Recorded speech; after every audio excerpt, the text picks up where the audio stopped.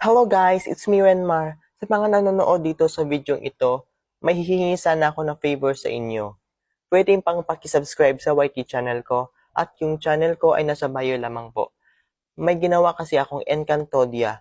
Season 1 at Season 2 po yan.